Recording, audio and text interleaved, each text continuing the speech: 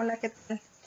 Buenos días, buenas tardes o buenas noches, según sea la hora en que ustedes vean este video. Siempre pues es un gusto saludarlos. Espero que se encuentren muy bien, jóvenes. Y bueno, los temas que tocó empezar esta semana son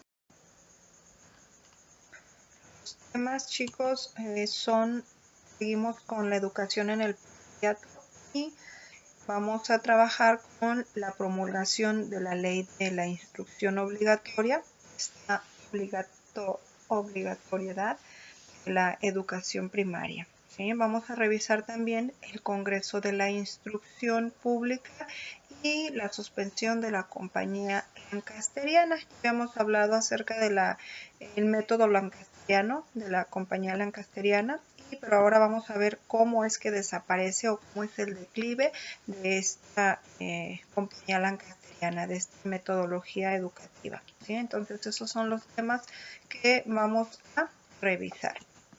Y bueno, pues vamos iniciando con el primer tema, que es la promulgación de la ley de la instrucción.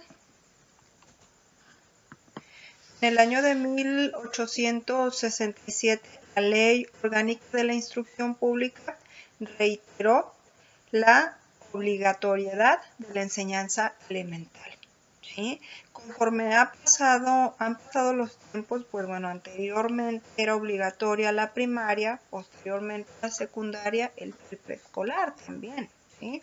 Y actualmente, pues bueno, hasta el bachillerato o la educación media superior. ¿Sí? Hasta ahí estamos ahorita en cuestión de obligatoriedad educativa. Entonces, esta ley orgánica de instrucción, pues bueno, nos habla acerca de por qué es necesario que las personas tengamos esta educación básica y media superior, muy necesaria. ¿Sí? Entonces, principalmente esta ley de instrucción pues estaba enfocada a aquellas personas que no tenían recursos. Entonces también en esta ley de instrucción se habla de que la educación tenía que ser gratuita, principalmente para las personas que no tenían una buena economía. ¿Sí? Y se refiere por primera vez también a la necesidad de una enseñanza moral separada de los principios religiosos. ¿Sí? Recordemos las clases pasadas, chicos, cómo hemos revisado cómo la escuela, cómo inició esta educación desde que fue la conquista de los españoles a nuestro país de México, ¿sí? En donde se buscaba evangelizar a toda la nación, a todos los habitantes. Entonces, con esta ley orgánica de instrucción, pues viene también esta separación de estos principios religiosos. La reglamentación de esta ley de instrucción fue aprobada en marzo de 1891.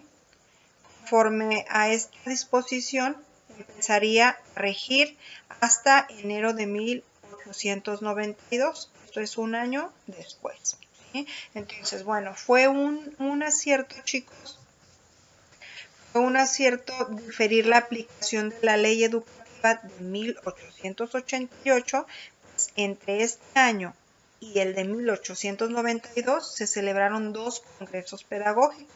También ya revisamos la clase pasada qué son los congresos pedagógicos y por qué fueron tan necesarios y por qué actualmente siguen siendo necesarios dentro de la educación. ¿Sí? Entonces, bueno, durante estos años se celebraron 2 congresos pedagógicos que vinieron a preparar el ambiente en obsequio de una mejor aplicación de tan importante ordenamiento jurídico, como fue el de la ley de instrucción obligatoria. Esta ley dividía la instrucción primaria en elemental y superior. Y la dividía en elemental, que era la primaria, y en superior. Indicaba la forma de subvencionar a las escuelas municipales y establecía que la instrucción primaria dada por el Estado sería gratuita. Al al propio tiempo que prohibía, al mismo tiempo que prohibía también que le impartieran ministros de cualquier culto religioso. Aceptaba la existencia de maestros ambulantes, esto es muy importante, chicos, aceptaba la existencia de maestros ambulantes que podían andar de pueblo en pueblo o de colonia en colonia, siempre que tuvieran un ordenamiento, ¿sí? ¿Dado por quién? Por el Estado.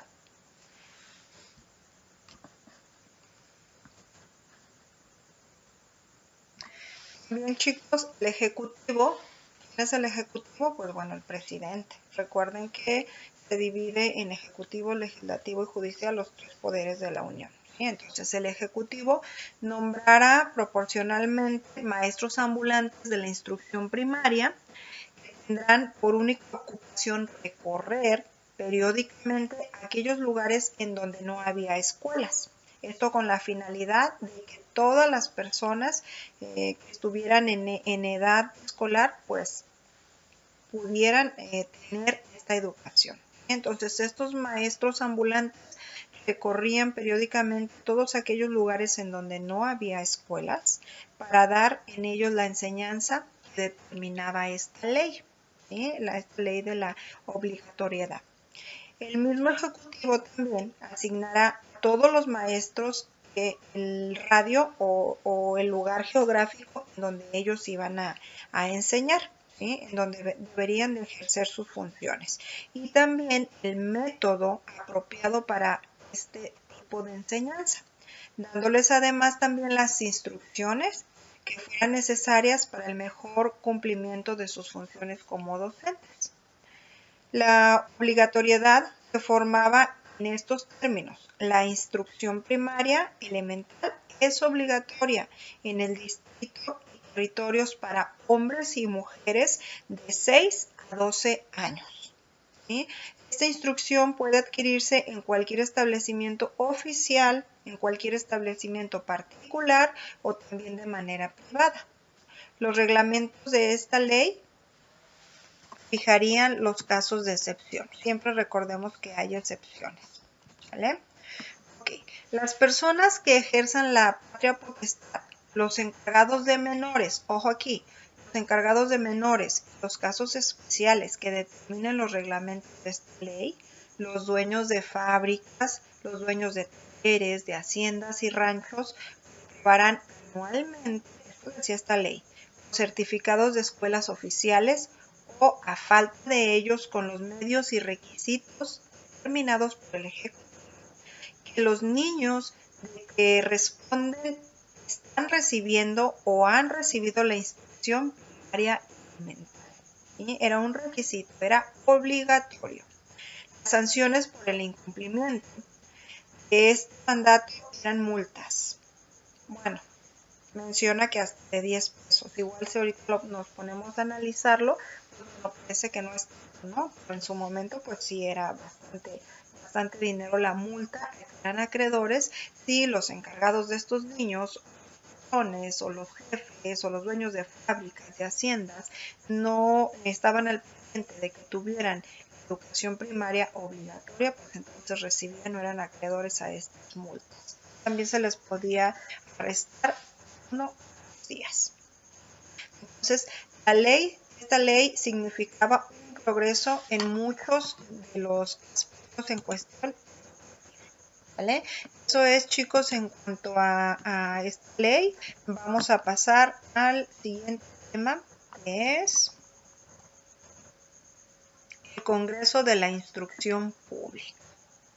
¿Sí? Esta fue la ley de la obligatoriedad, cuestión de la educación primaria, ¿sí? Pero no bastó con que fuera obligatoria, sino que fue necesario llevar a cabo este Congreso de Instrucción Pública. Ahorita vamos a ver por qué. A finales de los años del año 1889, las autoridades educativas en el primer Congreso Nacional de Instrucción Pública.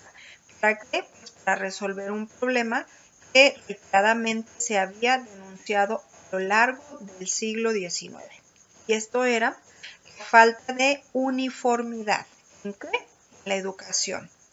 Los principios de obligatoriedad, gratuidad y laicismo. Entonces había falta de uniformidad. El país intentaba definirse como una nación moderna del contexto mundial del capitalismo. Por ello se utilizó la educación como el factor central para tener esta unidad. La instrucción era el medio para combatir el analfabetismo, para formar hombres leales al Estado, a la nación, por lo que se hizo necesario que el proyecto educativo nacional del Porfiriato ordenara y unificara, ojo aquí, palabras claves, ordenar y unificar, ¿qué? Pues la educación.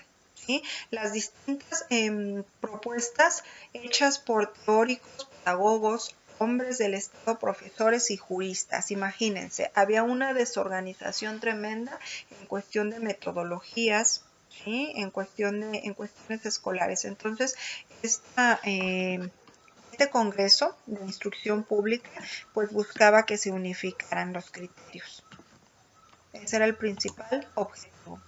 En este contexto se hizo necesaria la convocatoria de una reunión especial del Congreso Nacional de Instrucción Pública. Esto fue en el año de 1889 al año de 1890. Este fue el foro adecuado para poder discutir aspectos educativos. En dicho evento se diagnosticaron la situación de la educación, se definieron los lineamientos y las políticas que tenían que seguirse en materia educativa durante esta época del Porfiriato. Se calificó también, chicos, la realidad educativa, cuyo rasgo distintivo era como ya lo mencioné, la desorganización, pues no existía homogeneidad en estas leyes, en estos reglamentos, en estos sistemas escolarizados, los métodos, los programas eran muy diferentes. En síntesis, no había acuerdos precisos en materia educativa. Difícilmente se podían obtener datos respecto de la instrucción pública en nuestro país, y mucho menos imprimirle un impulso uniforme y vigoroso. ¿Sale? Ok. Eso es, chicos, en cuanto al Congreso de Instrucción Pública. Para concluir con este tema, chicos, consciente de esta situación de desorden, el Estado mexicano necesita organizar las actividades educativas en una sola dirección y trazar políticas que le permitieran consolidarse como una nación desarrollada y progresista, en el marco que le impartían también formar parte de los países capitalistas. Así, el primer paso fue buscar la uniformidad de los sistemas educativos en esta convocatoria de todas las entidades federativas. El primer Congreso Nacional de Instrucción Pública. Joaquín Baranda, ministro de Instrucción Pública, como representante del Estado, encabezó dicha reunión. Al igual que en otros aspectos del país, en el ámbito educativo se hizo presente también la influencia francesa. Recuerden que ya habíamos platicado de cómo los modelos educativos franceses, cómo habían llegado a México, ¿sí? A través de Porfirio Díaz, porque Porfirio Díaz quería, que México fuera como una Francia pequeñita. ¿Sí? Ya hablamos también porque muchas de las metodologías de Francia, metodologías educativas de Francia, no funcionaron en México como se tenía pensado que funcionara. Entonces, el Congreso de Instrucción se inspiró en las ideas de estos franceses, Jules Ferry, y en el Congreso Pedagógico que había organizado en Francia en el año de 1880. ¿Vale? Entonces, es así como concluimos con este tema, chicos, y pasamos al siguiente, que es la suspensión de la compañía lancasteriana.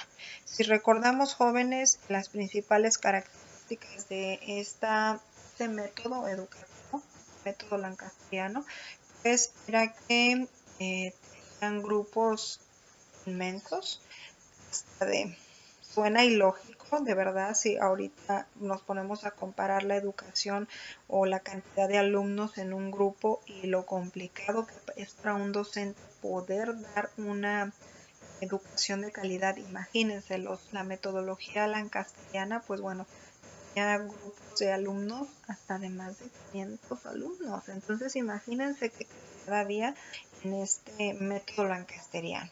¿Sí? Y bueno, con estos congresos que se llevaron a cabo y con esta ley de obligatoriedad de la primaria, pues bueno, se fue en declive el método lancasteriano. Entonces, la educación debía reformularse para adecuarla hacia fines nacionalistas. Un contexto en el que poco a poco se iría introduciendo el capitalismo. En este sentido, el Estado pretendía formar hombres leales. Para ello era necesario primeramente combatir el analfabetismo. El proyecto educativo de Porfirio Díaz debía unificar propuestas teóricas, pedagógicas, profesionales y juristas. Derivado de esto, era necesario también abrir un foro adecuado para discutir y ordenar estos aspectos educativos.